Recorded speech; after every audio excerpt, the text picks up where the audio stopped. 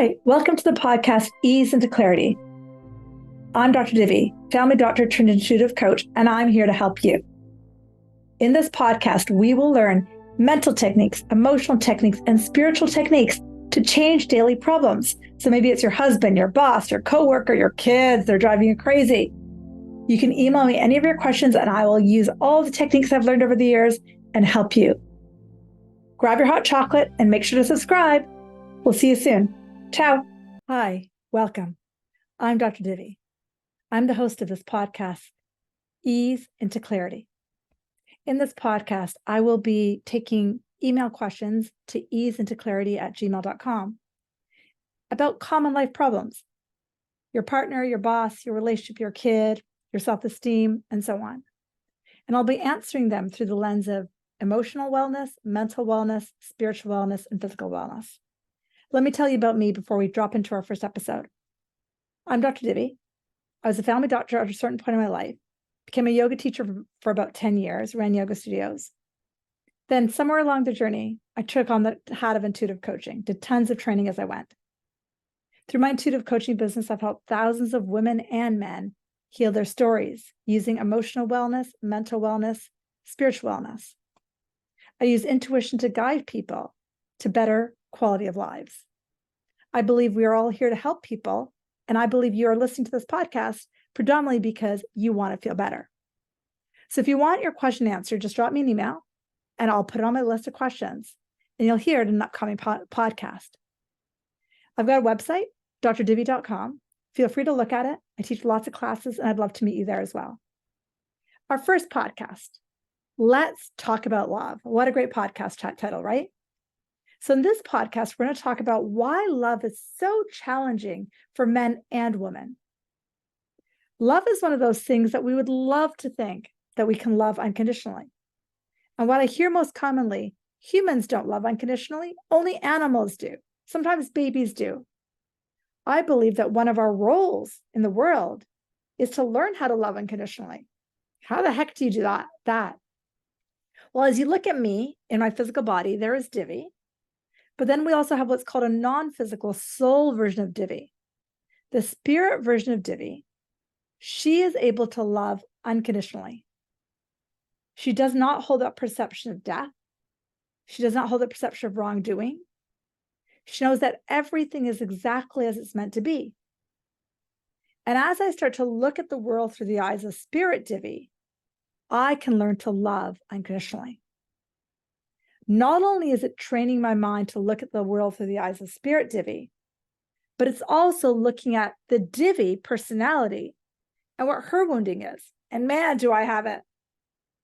Let me tell you about one of the most common things I see in women and men, but especially women.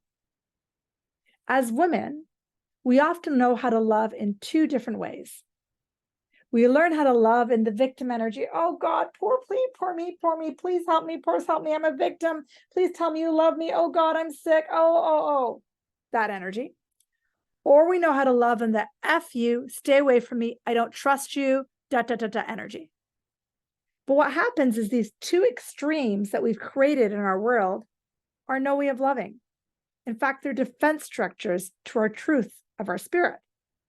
They're ways that our mind and our personality and our ego structure is formed, a way of preventing love. So on this side, I don't trust love. I put up a wall and I kind of look over the wall and I let love in through these little slits in the wall. And over here, I'm looking for love, but I don't feel like I'm ever lovable. Oh my God. But there's a third way, and I call it the in-between way, the middle way. And it's true unconditional love. We all have access to it. Our four-legged friends do, and supposedly we're evolutionarily aligned from those. So if they can, so can I, right? My child did when he was little, right? So I'm just a few years older than him. So at a certain point, I loved unconditionally. But all that starts to happening as I get older is I've got ways of perceiving the world. That doesn't look safe. I need to put a wall up. He or she is going to hurt me. I can't get love for who I am, so I need to act like a victim. Oh God, so you'll love me. Neither of those are serving us. But in order to heal them, in order to hold more unconditional love, we got to look at the personalities patterns. So my first question to you is, how do you love? How did your mom and dad love? I believe, and I have found in thousands of clients I've worked with, we learn love from watching our parents. If our mothers didn't trust our partners, why would we? We have in our unconscious, deep in our psyche, in our genetics and our DNA, men or women cannot be trusted. So I'll put up a wall here. Or may have seen the opposite, that the only way our parent got love was by playing the victim role. It's the only way we saw them getting love was when they said, oh, I don't have any money, or oh, I'm sick, or oh, and I'm not making fun of either of these. These are two extremes that almost all of us can relate to. But then when we love from either of those angles, imagine what our partners go through, whether we be a male or a female. Our partners then respond coordinately, right? The victim typically attracts in a partner who overshows love, who's a people pleaser, who has a knight in shining armor, but that gets exhausting. Ask any knight in shining armor. Then the FU wallop is somebody who's feeling, the person they attract in tends to be somebody who feels unworthy, tends to be somebody who's needy of love, but will take those little sprinklings and like, oh, please love me, and they'll take little sprinklings of love, but they know there's a wall up. Neither extreme work. But in order for us to unconditionally love, we have to look at our own patterns and heal them in our personality. This is often called unconscious work, shadow work, subpersonality work. I don't care what word you give it. But the first question to ask yourself is, which way do you love? And I guarantee you right now, you don't love unconditionally. No one really does, unless you've really dived deep into your work. Which way do you love? Classically, in my culture, I'm East Indian. Classically, we have a wall up to our partners because we don't completely trust them, because you never know, they might hurt us. But we are victim energies to our children's. We overdo for our kids. We, walk to school backwards for our kids. We'll, drag our bank account for our kids. That's very classic in my culture.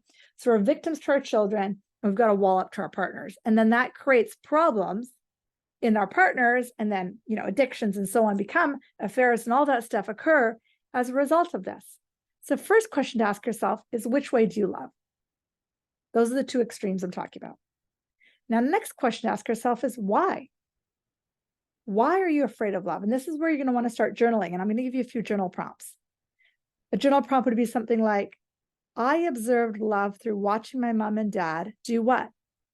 When I watched my mom receive or give love, it felt what? My dad gave or received love, and it felt what? It's just what happens when you use journal prompts is you dive into some of your conscious and unconscious, you just start writing. Another journal prompt, love feels to me what? Safe, unsafe, and why?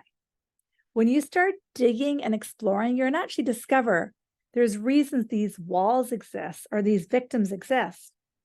Then when you start to uncover that, then you can hold a place of unconditional love from your spirit to them.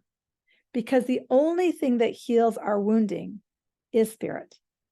The only thing that heals any of these pain bodies is the non-physical. I always make a statement in the work I do. The mind cannot heal the mind. Only spirit, the divine, the universal consciousness can heal the mind. Sounds kind of crazy, but it's true. If I try to heal my anxiety with just my thoughts, I'll just do this. Look at the billions of people who struggle from anxiety.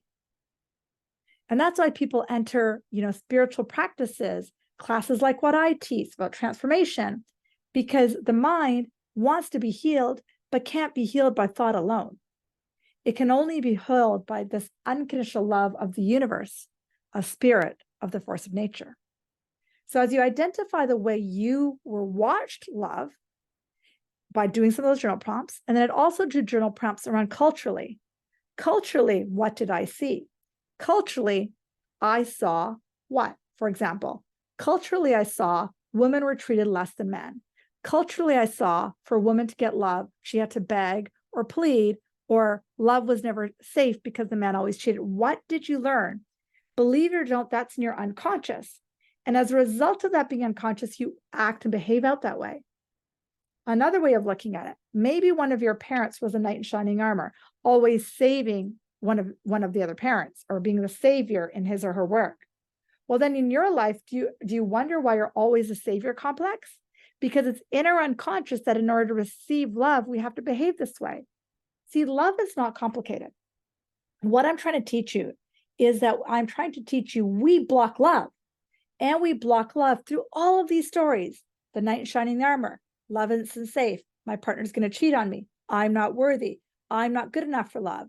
And as we start to pull out these from our unconscious, how do you do that? Look at your behavior. What type of people do you date all the time? Do your partners always cheat on you? Do you always find that you're running and looking for affection? You have to be honest with yourself. How do you love? Most women I know, North American women, most women love from the wall up. Why? And I'll talk about the other in a second. We love from this wall up because we've watched our parents fight. And a lot of women are often very afraid of anger. So they perceive unconsciously that their partner is going to be angry or frustrated or annoyed. So we've got this wall up. Or we perceive that our partners are going to belittle us or make us work too hard. So we put these walls up. Whatever the reason is, we put these walls up because it's not safe. Or the other extreme is that we have these victims because we never thought we were important. We thought in order to get love, we had to be a victim. Oh my God, save me. And in that energy, we're always going to attract in the knight in shining armor who's going to get tired of it. And this then causes relationship dysfunction. So what I want you to do, if you're open to it, is look at your patterns and then identify them, journal from them. Remember, you can only heal them from what's called the observer or from spirit. What is that? If you've ever read the book, The Untethered Soul, he talks a lot about this concept of the observer. The observer is where there is no thought. You are literally the witness consciousness of your crazy mind. So I have a crazy mind that overworks. So as I observe the mind that overworks, I'm a witness to it. I'm not it. I'm observing it. Then I can ask, why do I overwork? And then when I dig in a bit, it's because I was taught that if I overworked, then I'm worthy, then I count. Why would I have to be worthy and count? Because if I go under that, I was taught that as a female, especially my skin tone, I am not worthy. And so you can see how layers upon layers develop. So in order for me to heal the part of me that overworks, I have to see the base of unworthiness and heal that. How do I do that? I meditate. I connect with the divine. I walk in nature. I remind myself that pure unconditional love exists. And that energy I let in. And that wants to heal the part of me that feels unworthy. And I do that over and over again. And the more I do that, the more I can dismantle these two extremes and hold unconditional love. Fun, eh? Fun to play with. So I hope something in there resonated. Feel free to email me or message me. And again, if you have a common question you'd like me to answer, email me into easeintoclarity@gmail.com. Feel free to share this with your friends, like our podcast. I'll try to drop a podcast once a week or maybe twice a week, just about common life problems, how to approach them emotionally, mentally, and physically and spiritually. Thanks again for listening. Sending you lots of love. Until next time, namaste.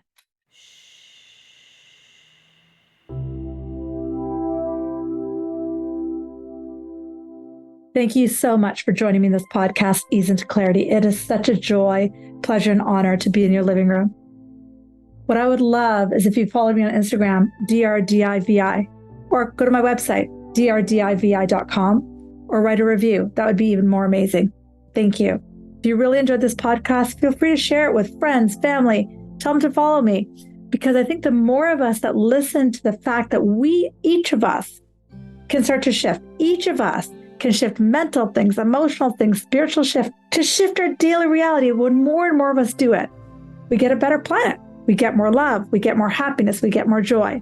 So I'd love it if you followed. I'd love it if you shared this, because it would be such a joy and an honor.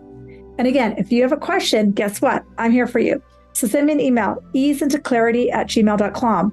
And as they come in, I will answer them in podcasts that are subsequent, whether it be your boss, your relationship, your husband, whatever. That's what I'm here for. Because the more of us that learn really simple mental techniques, really simple spiritual techniques, we change the physical reality we live in. Pretty soon we have more peace, more ease, more joy, trickling across the whole world. Remember, There's a spiritual solution for every problem. Thank you for joining me. Namaste.